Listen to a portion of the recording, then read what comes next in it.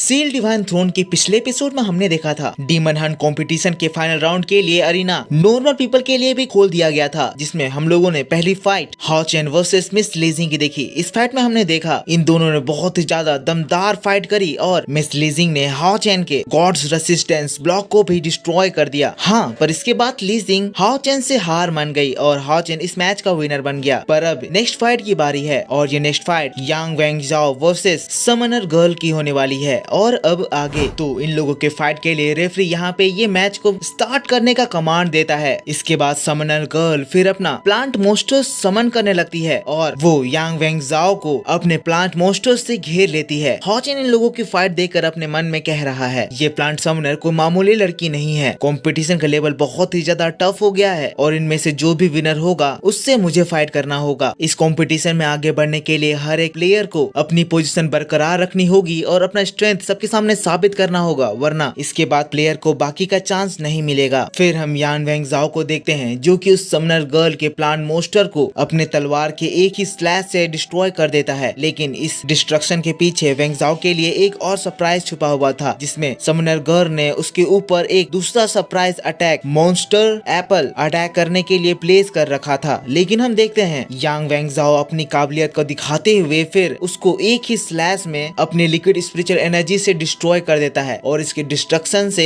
एक red liquid पूरे arena में फैल जाता है। हाओ चेन ये जो देख रहा है कह रहा है इवन यहाँ पे ये यान वेंगजाओ भी इस लड़की से फाइट करने में स्ट्रगल कर रहा है। लेकिन तभी हम देखते हैं यान वेंगजाओ उस प्लांट समनर को हरा देता है। अब हाओ चेन ये चीज देख कर कह रहा है जैसा कि इस मैच का डिसीजन आ गया, हम सब देख सकते हैं यान वेंगजाओ कितना ज्यादा पावरफुल हो चुका है। इसने इस प्लांट समनर गर्ल को हरा दिया और मुझे लगता है अगर मुझे भी इस प्लांट समनर गर्ल से फाइट करना होता तो मैं भी इससे फाइट करने में बहुत ज्यादा स्ट्रगल करता। पर जीत क्योंकि यान वेंगजाओ की हुई है, ये कम्प्लीटली साबित हो जाता है कि यान वेंगजाओ यहाँ पे बहुत ही ज्यादा स्ट्रॉन्ग है। पर इस मैच के डिसीजन के बाद मेरे नेक्स्ट फाइट का भी डिसीजन हो जाता है। यहाँ पे मुझे अब नेक्स्ट फाइट यान वेंगजाओ के साथ करनी पड़ेगी और अगर मैं और वेंगजाओ इस बार फाइट करें तो इस बार तो एक वार छिड़ जाएगा। अब इस टॉप 8 में पहुंचने के लिए बाकी के दो 5th रैंक के कैनेडी बहुत ही स्ट्रॉन्ग नाइट्स हैं। और दोस्तों फिर हमें उन दो नाइट्स की धमाकेदार एंट्री और फाइट दिखाया जाता है, जिसमें हम देख सकते हैं कि ओपोनेंट्स के बीच में स्ट्रेंथ गैप काफी ज्यादा है। यहाँ पे इस टॉप 16 में पहुंचने के बाद भी कुछ लोग कुछ ज्यादा ही पावरफुल लग रहे हैं और इसी वजह से ये 5th लेवल का नाइट अपने इस ओपोनेंट को चुटकियों में हरा देता है और इसी के साथ इस नाइट दाओ शेंग की जीत होती है। नेक्स्ट फाइट अब हमें इस एलिमेंटल बीस्ट वाले मैजिशियन की दिखाई जाती है। वांग यी अपने एक नाइट ओपोनेंट के साथ अपने अर्थ एलिमेंटल फर्नेस को यूज करते हुए फाइट करने लगता है, जिसके बाद ये उसी की मदद से ये मैच को जीत जाता है और फिर पहुंच जाता है क्वार्टर फाइनल के 4th प्लेस पे। हम दोस्तों इस बार इस एलिमेंटल बीस्ट की भी पावर देख सकते हैं जो कि काफी ज्यादा इंक्रीज हो गई है, जिसकी वजह से ये इस 5th लेवल के नाइट की इस सील्ड को भी अपने एक ही स्मैश से तोड़ देता है। और इसी के साथ हम लोगों को इस राउंड का टॉप 8 कैंडिडेट्स मिल जाते हैं। इन सभी के नाम तो हमें नहीं बताए गए हैं, पर हम देख सकते हैं कि इसमें यान वेंगजाओ, हाओ चेन और हुआंग यी भी है। अब दोस्तों इसके बाद एक और लास्ट मैच बचा हुआ है। ये मैच सियर वर्सेस फांग जू का होने वाला है। इसमें से हम सभी को पता है कि सियर एक एसेसन है और वही फांग जू मैजिक टेंपल का एक मैजिशियन है। इन लोगों के लिए स्पेशली अरीना लगाया गया है। एसेसन फ्रेंडली फिलर्स देख सकते हैं। और दोस्तों इन लोगों की फाइट इतनी ज्यादा स्पेशल इसीलिए हो रही है क्योंकि इस पूरे कंपटीशन में ये दोनों ही सबसे ज्यादा पावरफुल हैं और इसी वजह से इन लोगों का मैच उन सभी लोगों से अलग है, जिसकी वजह से फांग जू सियर के बारे में जानते हुए भी बिल्कुल भी नहीं घबरा रहा है, बल्कि ये तो कॉन्फिडेंस में है और ये सोच रहा है कि ये सियर को फाइट इन लोगों की स्टार्ट होती है। और फिर हम देखते हैं कि फांग जू फिर अपना मैजिक ट्रिक्स इस्तेमाल करने लगता है। सबसे पहले तो वो सियर को ग्रीट करते हुए कहता है कि आपके सामने मैं ये मैजिक ट्रिक्स कर पा रहा हूँ, ये मेरा एक ऑनर है, इसीलिए मैं आपको आज अपनी बेस्ट परफॉर्मेंस दिखाऊंगा। जिसके बाद ये फांग जू फिर अपनी मैजिक ट्रिक्स जिसमें ये हैट्रिक्स ऑफ हैट्स लगा देता है। इसकी बातों को सुनकर थोड़ा हमें ये भी पता चल रहा है कि ये काफी ज्यादा घमंडी है और ये सियर की बेइज्जती भी कर रहा है। यहाँ पे ये चिकनी चुपड़ी बातें करते हुए सियर को उसके इस ब्लाइंड डिसेबिलिटी का भी मजाक बना रहा है। कह रहा है बहुत ही ज्यादा अफसोस की बात है, मैं आपके लिए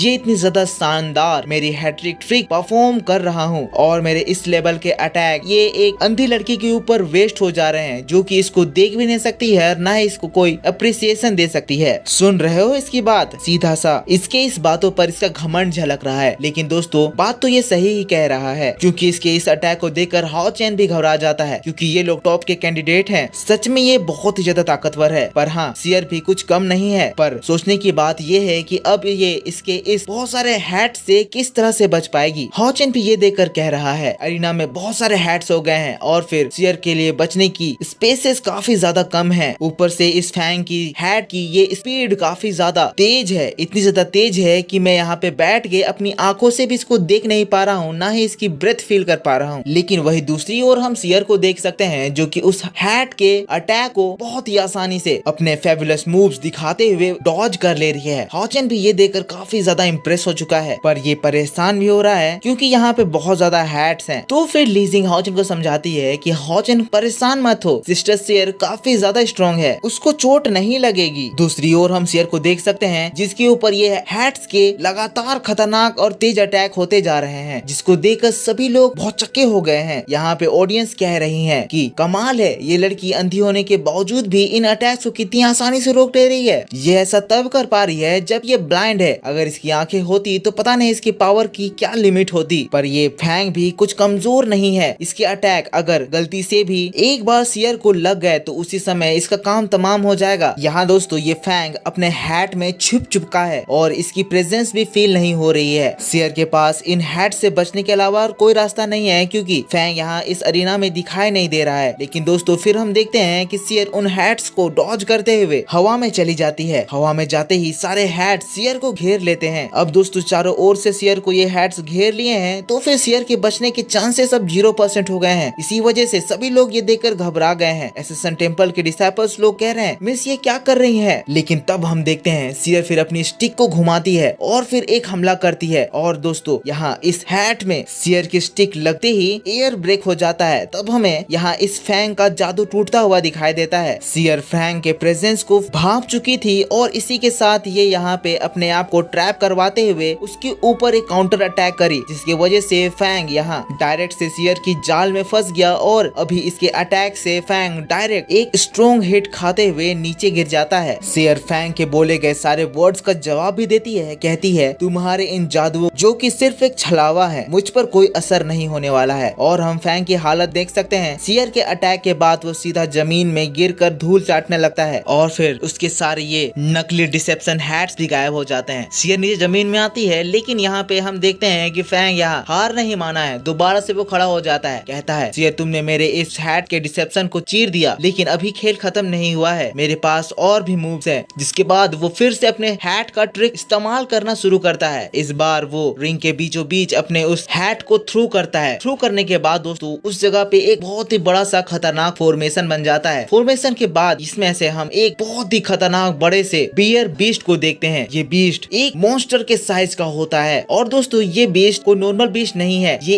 एक बजरा बियर है। और इसी बात के साथ ये पार्ट यहीं पे समाप्त होता है। तो वीडियो को जरूर से लाइक कर देना, चैनल पर न्यू हो तो सब्सक्राइब कर देना। मैं होप करूंगा आपको वीडियो पसंद आया है। मैं इसका नेक्स्ट पार्ट आपके लिए बहुत जल्द लेकर आऊंगा, तो चैनल पर बने रहना। तब तक के लिए take care, bye bye and thanks for watching.